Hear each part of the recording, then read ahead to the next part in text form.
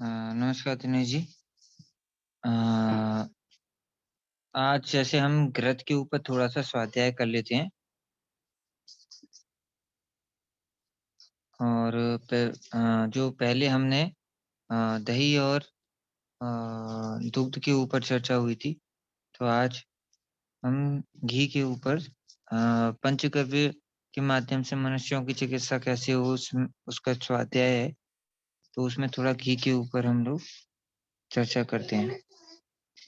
घी अ, घृत मनुष्य की हर आयु में शरीर की अवस्थानुसार रक्त में समान तापक्रम पर नाड़ियों में चलायमान रहता है। गाय का घी, जबकि भैंस का एवं अन्य घृत वृद्धावस्था में रक्त वाहिनियों में कोलेस्ट्रॉल और चर्बी जमा देता है, जो बुढ़ापा में कई रोगों को पैदा करता है। गौघृत का कुछ जो उसके नाम हैं अलग-अलग जगह पर उसे अलग-अलग नाम से, जैसे संस्कृत में घृत, हिंदी में घी, पंजाबी में अलग-अलग नाम से, अलग-अलग भाषा में अलग-अलग नाम से प्रयोग करते हैं। इंग्लिश में उसे क्लैरिफाइड बटर के नाम से भी बोला जाता है। और यह पीताभ श्वेत वर्ण का स्नेह पदार्थ है। घृत ठंडक से जम जाता है एवं थोड़ी-सी उष्णता पाकर पिघल जाता है। गाय, बकरी, भैंस, भेड़, ऊँटनी, हंसनी, घोड़ी और नारी इन 8 प्राणियों का घृत उपयोग में लिया जाता है। इनमें गौ घृत सर्वोत्तम है। घृत में प्रोटीन 1.05%, वसा 100%, बारबो बारबोच 3.3%, कैल्शियम 0.12%, फास्फोरस 0.09%, लौह 0.3%, विटामिन ए प्रति 100 ग्राम 130 आहे और सी इसमें 1 मिलीग्राम विटामिन सी 1 मिलीग्राम प्रति 100 ग्राम में पाया जाता है। गौघृत के गुणधर्म जो हैं उसका रस मधुर है, वीर्य शीत है, विपाक मधुर है, गुण स्निग्ध, रंग स्वर्ण सा पीला है। गौघृत बलकारक, पवित्र, आयुवर्धक, मंगलकारी रसायन है। गौघृत के सामान्य गुण चरक संहिता में जो है वो घृत स्मृति, वृद्धि, जठराग्नि, वीर्य, ओज, कफ, मेद इन सब को बढ़ाने वाला है। वात, पित्त, विष, उन्माद आदि विकारों को नष्ट करता है। अलक्ष्मी, दरिद्रता को हटाने वाला तथा जीर्ण ज्वर नाशक है। घृत सब स्नेहों में श्रेष्ठ है। यह विभिन्न भिन्न विधानों द्वारा सहस्रों प्रकार की शक्ति रखता है एवं सहस्रों कर्म करता है। सुश्रुत मत से घृत मधुर, सौम्य, मृदु, अल्प क्लेदकारक, शरीर का स्नेहन करने वाला तथा उदरावत, उन्माद, अपस्मार, शूल, ज्वर, अनाह, वात पित्त को शांत करने वाला, पाचकाग्नि, दीपक, स्मृति, मति, मेधा, कांति, स्वर, लावण्य, सौकुमार्य, ओज, तेज और बल इन सब को बढ़ाता है। यह आयुवर्धक है, वृप्य, मेद्य, व्ययस्थापक, पचने में भारी, नेत्रों के लिए हितकर, कफवर्धक, पाप तथा अलक्ष्मी नाशक है, विषनाशक एवं राक्षसों का सूक्ष्म जीवाणुओं का नाशक है। राक्षसों मतलब सूक्ष्म जीवों का नाशक है। भाव मिश्र मत से भी यही गुण करता है। व्रण को भरने वाला है, क्षय का नाश करता है, विषद तथा अन्य रक्त विकारों को हरने वाला है। वाग्भट के मत से आचार्य वाग्भट ने भी यही गुणों को माना है, भाव मिश्र, सुश्रुत और चरक वालों को। और उन्होंने इसमें घृत को आबाल-वृद्ध सबके लिए प्रशस्त माना है।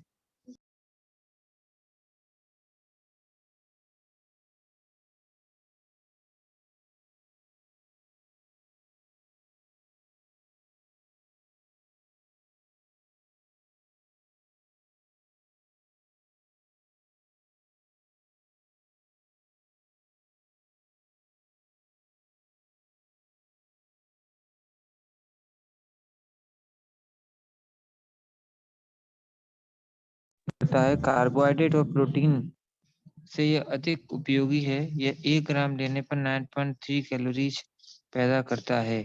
शरीर में स्नेह का भी करता है संचय करता भी यही है। इसी के कारण शरीर को विटामिन ए, डी, ई आदि की प्राप्ति होती है। शरीर में शर्करा रूप से यकृत द्वारा एमिनो एसिड के रूप में बदलकर कार्य करता है तथा ऊष्मा का नियामक है।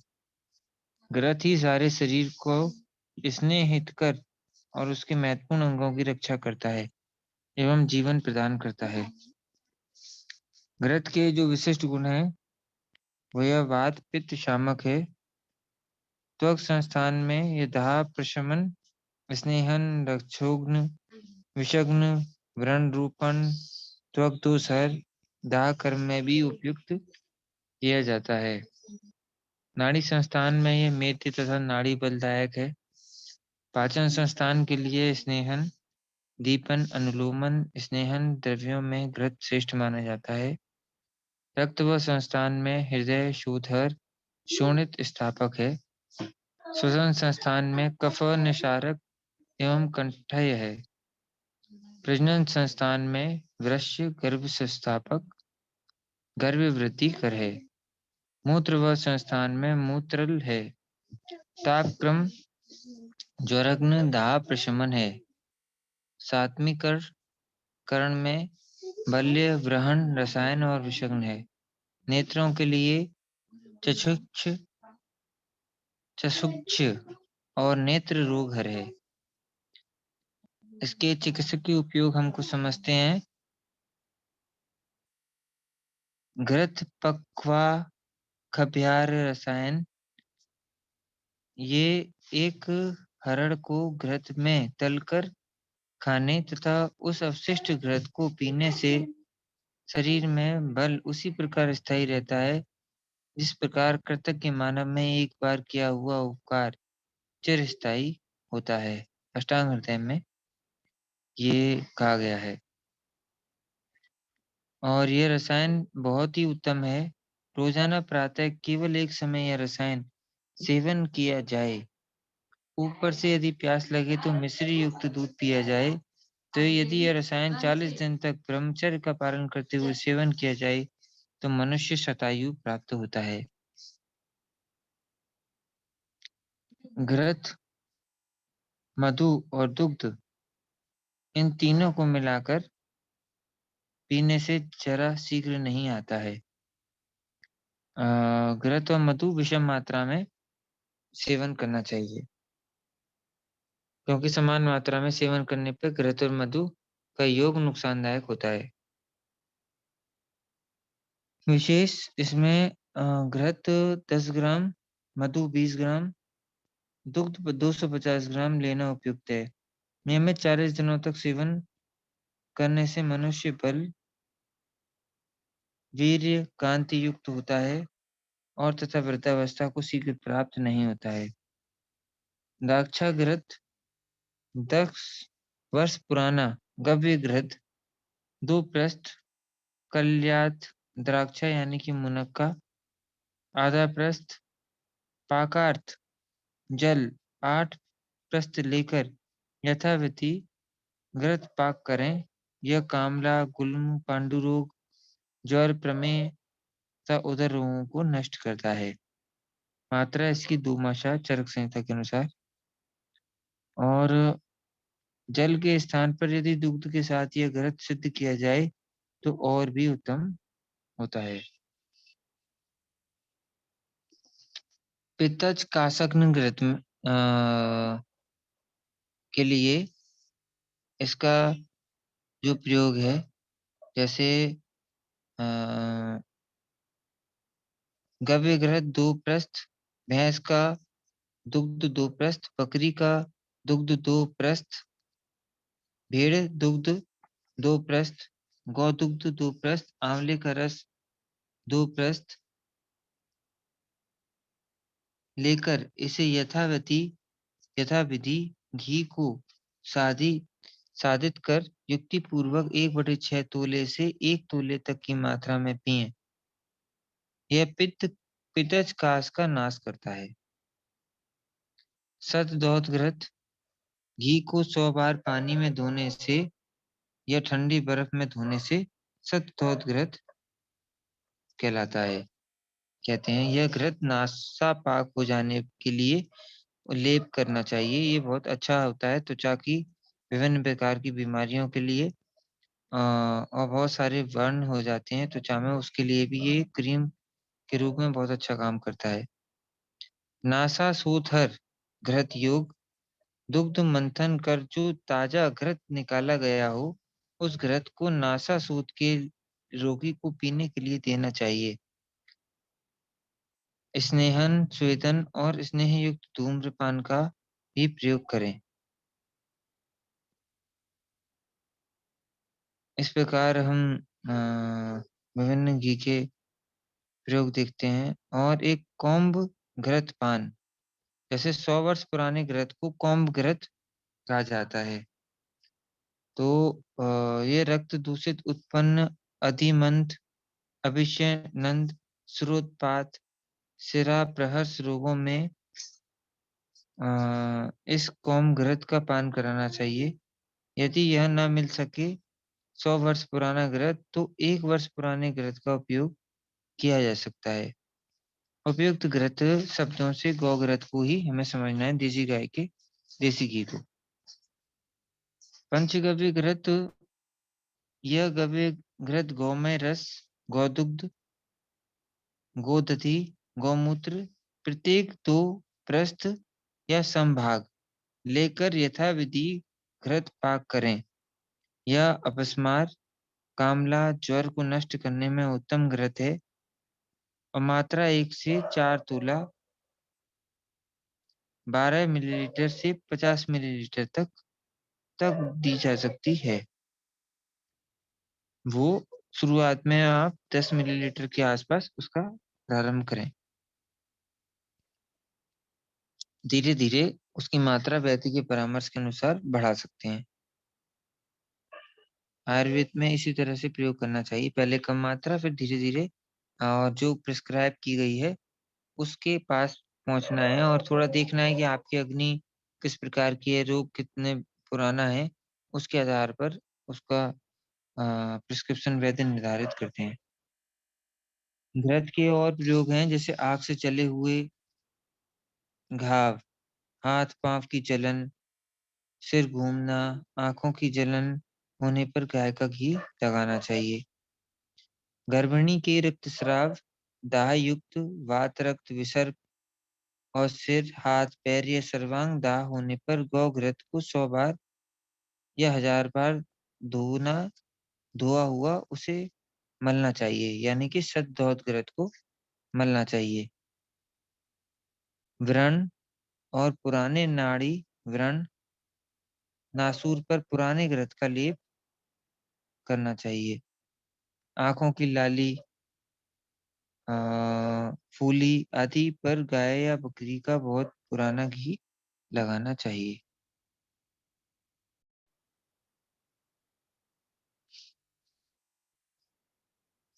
ये नपुंसकता और में अ,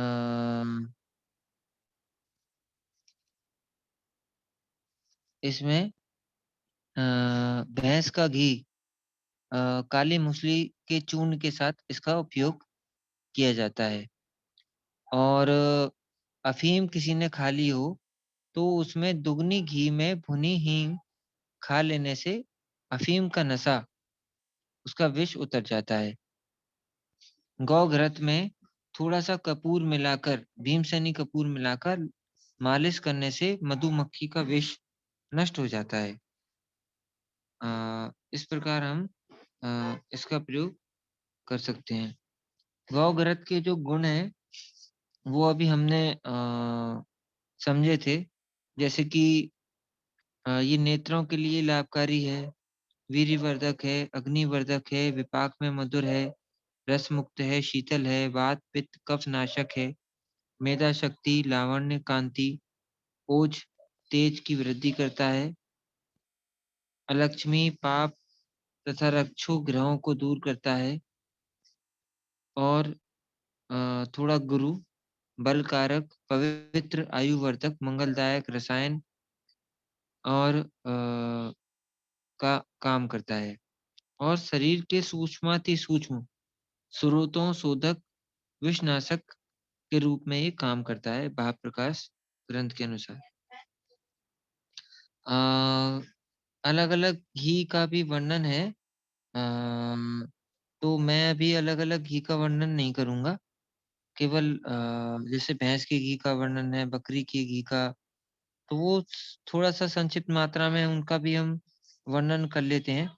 क्योंकि आयुर्वेद के अनुसार क्या होता है कि कोई भी चीज़ खराब नहीं है। हर चीज़ का अपना अपना महत्व है और उसको समय के अनुसार प्रयोग किया जाना चाहिए बस। तो वो भी हमें थोड़ा जानना चाहिए जब आयुर्वेद में उसके बारे में कुछ कहा गया है तो। जैसे कि भैंस का घी थोड़ा स्वादिष्ट है, कफ जनक है, शीतल है, गुरु है, विपाक में मधुर है, पित्त अ, के लिए थोड़ा-सा अ अ, देखना है कि वैद्य की परामर्श से कि पित्त में वो के रोगियों में अलग-अलग उसका असर होता है और वात को थोड़ा नष्ट करने वाला है। यह कोलेस्ट्रॉल धमनियाँ रोधक, आलस्य, निद्राकारक, स्रोतोरोधक है और हृदय रोग का कारण भी हो सकता है। संधिवात, मोटापा करता है और रक्त में जमता है। इसलिए जो मेहनत का काम काफ़ी करते हैं, उनको इसका प्रयोग करना चाहिए। बकरी के घी का गुण बकरी का घी जठराग्नि कारक है, नेत्रों के लिए हितकर, बलवर्धक, कास-वास तथा क्षय में हितकर है, विपाक में कटु और रस युक्त है। ये क्षय रोगियों के लिए बहुत अच्छा काम करता है, बकरी का घी। ऊँटनी के घी का जो गुण है, विपाक में कटु रसयुक्त, अग्नि दीपक, कफ वात नाशक, शोथ, कृमि, विष, गुल्म, उदर रोग को नष्ट करता है। और घी का जो भेड़ के घी का गुण है, पाक में लघु, संपूर्ण रोगों को नष्ट करने वाला, अस्थिवर्धक, आँखों के लिए हितकर, जठराग्नि को प्रदीप्त करने वाला, पथरी, शर्करा तथा वात संबंधी दोषों को दूर करने वाला है। और इसमें स्त्री के घी के गुण का भी बताया गया है। वो अमृत समान है, कभी-कभी किसी औषधियों में उसका प्रयोग किया जाता है। नेत्रों के लिए हितकर है, कफ, वात तथा रक्त विकार में हितकर है। घोड़े के दूध के गुण देह तथा अग्नि को प्रदीप्त करने वाला, पाक में लघु, विषनाशक, तृप्तिकारक, नेत्र रोगनाशक, दाह को दूर करता है। गौ-ग्रथ में अभी हमने जो विभिन्न इसके वो हैं, वो हमने अभी देखे थे कि क्या-क्या इनके गुण होते हैं, वो आपने अभी अ, इसका गुण देख लिया था। इसमें दूध से निकाले हुए घी का जो गुण है, उसको हम देखते हैं कि दूध से जो निकाला हुआ घी ग्राही, शीतल, नेत्र रोगनाशक, दाह, रक्त विकार, मद मूर्छा, भ्रम तथा वात को दूर करता है। एक दिन पहले के दूध से निकाले हुए घी को संस्कृत में हेयंग बीन कहते हैं। ये नेत्रों के लिए हितकर, अग्निदीपक, अग्नि रुचिकर, बलवर्धक, ग्रहण, रस रक्तादि वर्धक, वीर्यवर्धक तथा विशेषकर ज्वरनाशक है। और पुराना जो घी है, वह 1 वर्ष के ऊपर का रखा घी पुराना घी कहलाता है। यह जितना पुराना है उसको निम्न गुण निरंतर बढ़ते ही रहते हैं। 100 वर्ष पुराना घी बहुत गुणकारी होता है। यह त्रिदोषनाशक, मूर्छा, कुष्ठ, विष, उन्माद, मिर्गी तथा तिमिर रोगों को दूर करने वाला नेत्रों के लिए परम हितकारी होता है। और जैसे अभी हमने उसमें नवीन घी का उपयोग है भोजन, तर्पण, परिश्रम, बल का क्षरण, पांडु, कामला तथा नेत्र रोग को दूर करता है। इनमें नवीन घी का ही प्रयोग करना चाहिए। नवीन घी का प्रयोग करना चाहिए।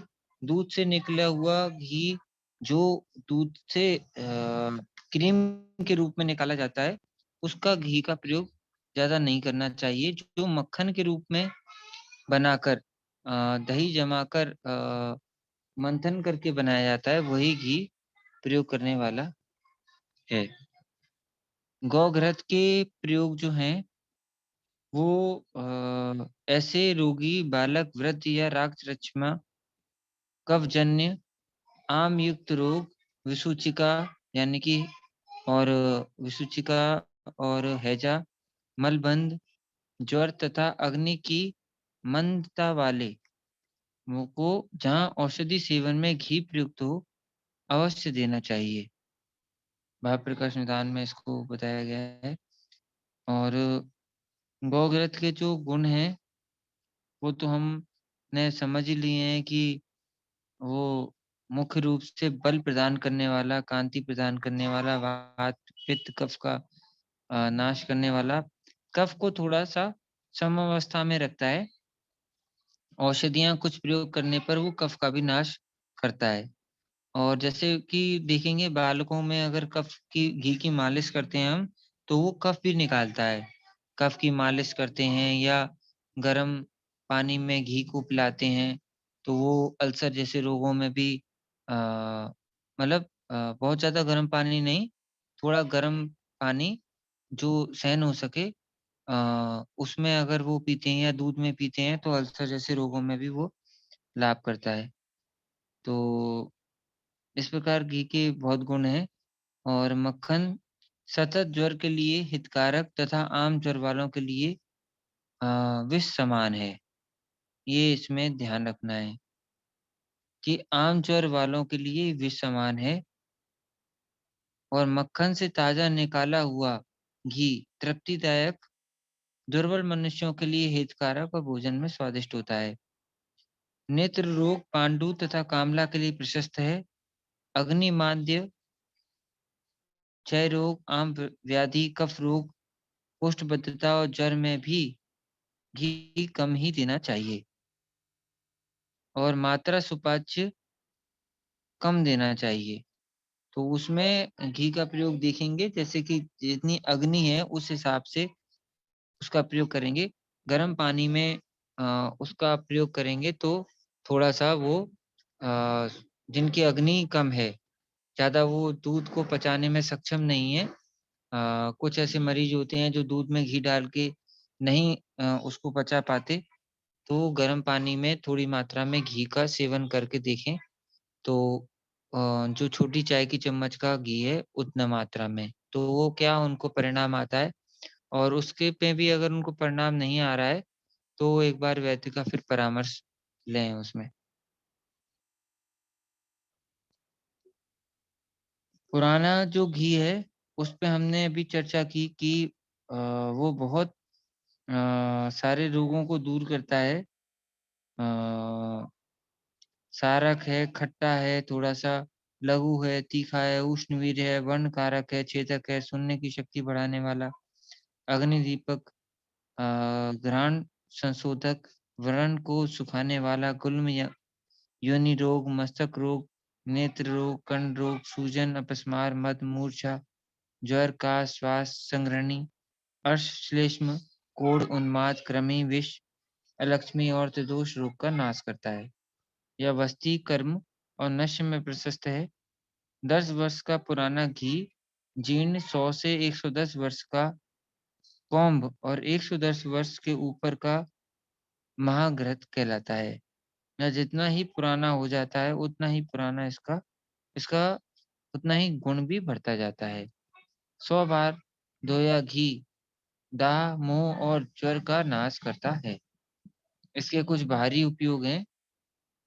गाय के घी को धोए बिना फोड़े और आदि चर्म पर लगाने से जहर के समान असर होता है। और जैसे धोए हुए घी को खाने से विषवत असर होता है, फोड़े पर धोया घी लगाना चाहिए। ये इन्होंने बहुत उत्तम बात की है कि किस प्रकार घी का प्रयोग करना है बाहर। तो जो शतदोहत घी है वो 100 बार धोया जाता है, इसलिए वो बहुत अच्छा परिणाम लाता है किसी भी चर्म रोग पर। जो विभिन्न प्रकार के चर्म रोग हैं, एक बार उनका परामर्श ले सकते हैं, लेकिन सामान्य चर्म रोगों पर उसका काफ़ी अच्छा अ, परिणाम रहता है। और धोया हुआ घी खाना नहीं चाहिए। ज्वर, कोष्ठबद्धता, विसूचिका, अरुचि, मंदाग्नि, मदात्य रोग में नया घी अपकारी है। और घी 1 वर्ष से ऊपर का है तो मूर्छा, मूत्र, कच्छ, उन्माद, कर्णशूल, शोथ, अर्श, वर्ण, योनि दोष इत्यादि रोगों में विशेष हितकारी है। ये इसमें ध्यान रखना चाहिए। ये इसमें बहुत अच्छा इन्होंने वर्णन किया है सावधानी के लिए। तो गौघृत के उपयोग हैं जो विभिन्न उपयोगों पर हमने वैसे चर्चा भी किया है। कुछ और हमने सामान्य वो हैं उस पे थोड़ा हम और चर्चा कर लेते हैं कि आधा सीसी पर गाय का अच्छा घी सवेरे-शाम नाक में डालें। इससे 7 दिन में आधा सीसी बिल्कुल दूर हो जाएगी। प्रातःकाल सूर्योदय से पूर्व 1 तोला गौघृत और 1 तोला मिश्री 10-10 ग्राम मिलाकर 3 दिन तक खिलाएँ तो निश्चय ही आराम होता है। लेकिन ठंड की अवस्था में वैद्य की परामर्श के साथ ही प्रयोग करें। नाक से खून गिरता है तो गाय का अच्छा घी चुपड़ें। पित्त सिर में चढ़ जाने पर अच्छा घी माथे पर चुपड़ते हैं जिससे चढ़ा हुआ पित्त तत्काल उतर जाता है। हाथ पैर में जलन हो तो भी गाय का घी लगाना है। ज्वर के कारण शरीर में अत्यंत दाद हो तो गाय का घी 100 बार जो धुला हुआ होता है शतदोत घृत जिसे कहते हैं उसका लेप करें। धतूरा अथवा रस कपूर के विष पर गाय का घी पिलाएं। शराब का नशा उतारने के लिए 2 तोला घी और 2 तोला शक्कर मिलाकर पिलाएं। गर्भिणी का रक्तस्राव होने पर 100 बार धोया घी शरीर पर लेप करें। चौथी है ज्वर, उन्मादा और अपस्मार पर गौग्रत, दही, दूध, गोबर के रस में घी को सिद्ध करके पिलाएं।